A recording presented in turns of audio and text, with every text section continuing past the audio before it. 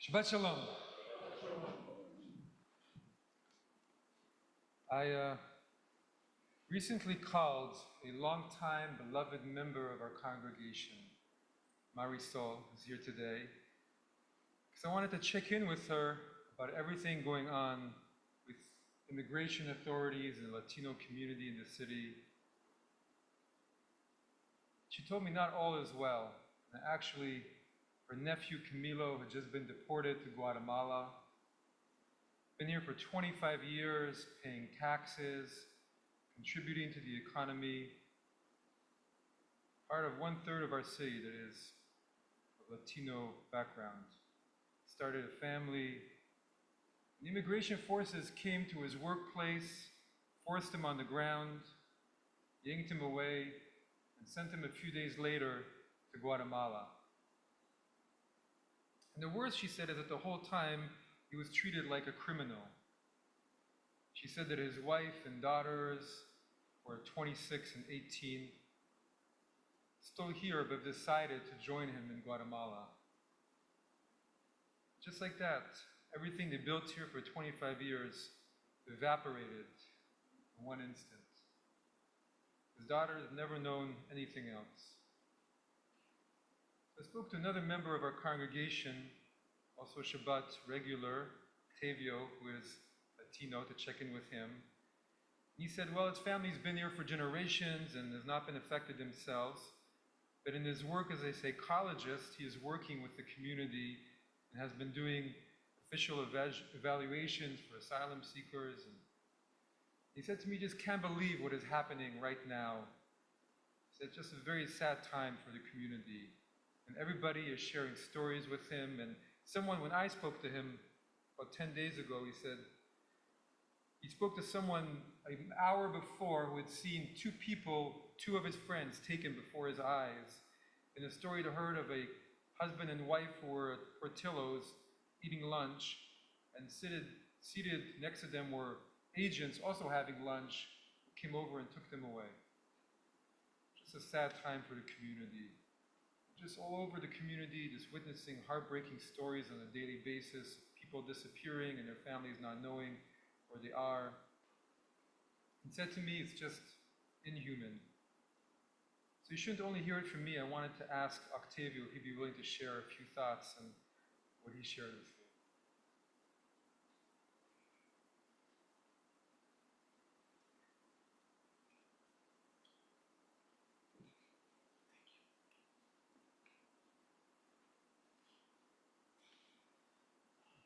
Boker Tov, Shabbat Shalom. For those of you who don't know me, my name is Octavio Urbina, and I am a forensic therapist, a mental health therapist, and trauma specialist.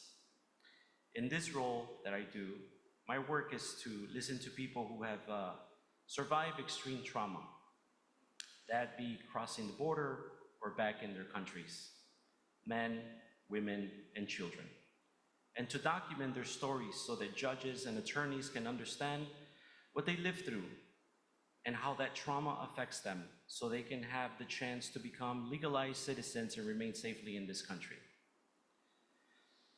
Much of my work is with immigrants, asylum seekers, and victims of human trafficking from people all over the world: Guatemala, El Salvador, Colombia, Ecuador, Venezuela, and Mexico, where many are forced to flee due to cartels, due to political persecution.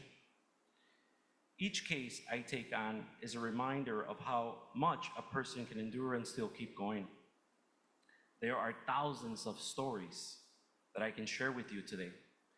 However, I will focus on some of the recent ones that I have encountered. One story in particular that stayed with me a couple weeks ago. This man came to me to share how he crossed the border on foot through 7 countries before reaching the United States. Along the way, he was robbed, beaten, and nearly drowned.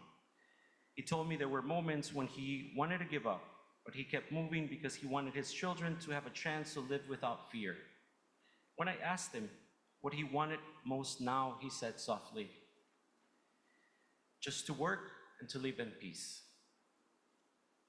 Another individual I interviewed shared how he had been kidnapped, raped, and beaten in Colombia as he was trying to flee from Venezuela due to political persecution.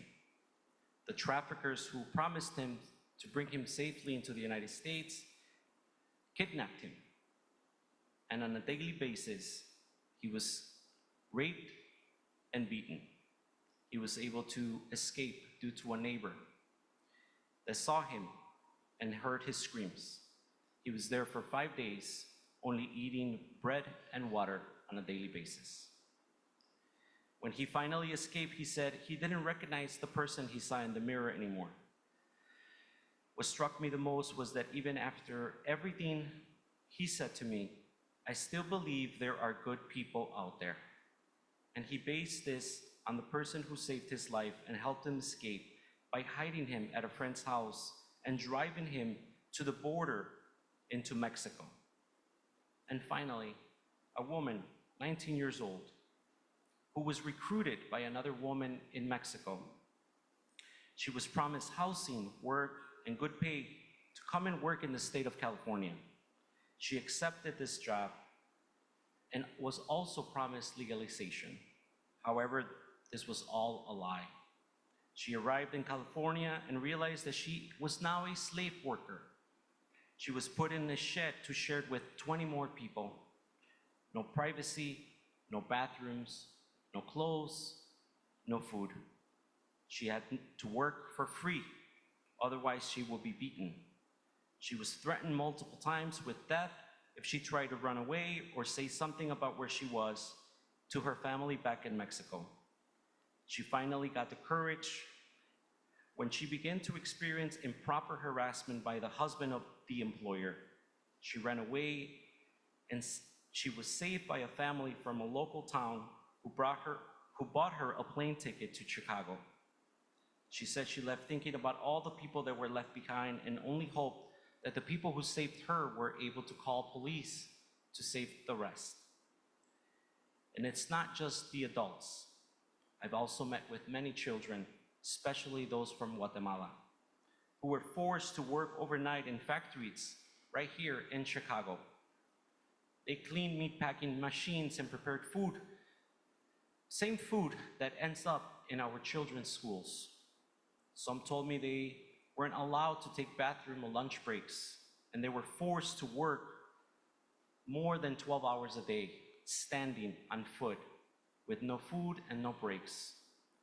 Some said that sometimes they even had to urinate themselves because they couldn't go to the bathroom and had to continue working in that way. That company is still here in Chicago, still operating today, still open, still profiting from what we can call today as modern-day slavery.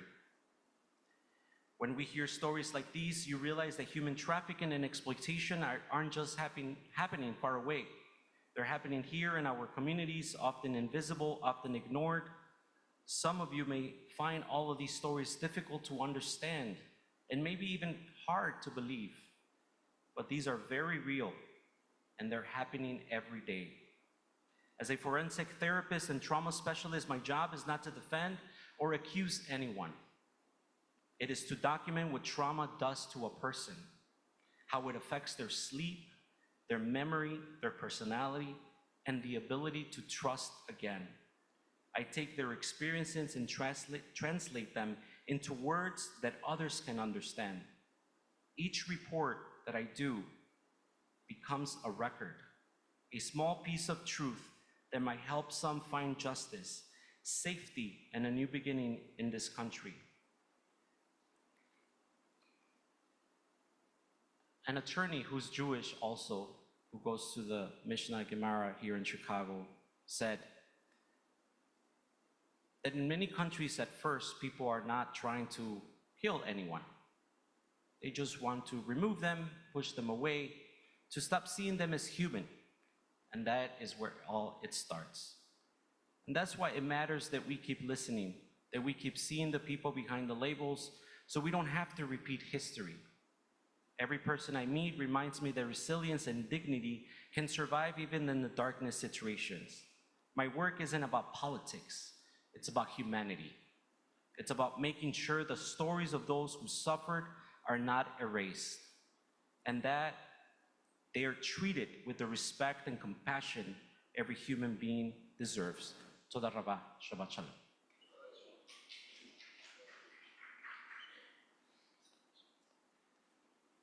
So I want to thank Octavio for sharing about the sacred work he's doing and the stories that we heard. And it is inhuman to people who have been here for decades, who paid taxes, who contributed, who are part of the fabric of our communities, to not have a phone call, to not have due process, a real hearing, access to a lawyer, dignity and respect before the law, to treat them like criminals. And this is why there are so many who are trying to do something at the moment. And yes, some follow agents to see who's being taken so they can tell their families where they disappeared to. But people are seeing their community. Yes, those who mow our lawns and care for our babies and children, who cook our meals in restaurants, and also our neighbors, the people sitting right next to us in the pew, being torn apart or living in fear of a mistake happening and sending them and their children being sent to a facility because of how they look. In our Parsha, even more in last week's Haftarah, Abraham is known as Ohavi, my beloved, God's beloved. The commentators note that it's active. It's not passive, the one that I love, but it's active, because Abraham had an active relationship with God. He spread the love of God and the values of God wherever he could. And so what it means in our Parsha to have an active relationship with God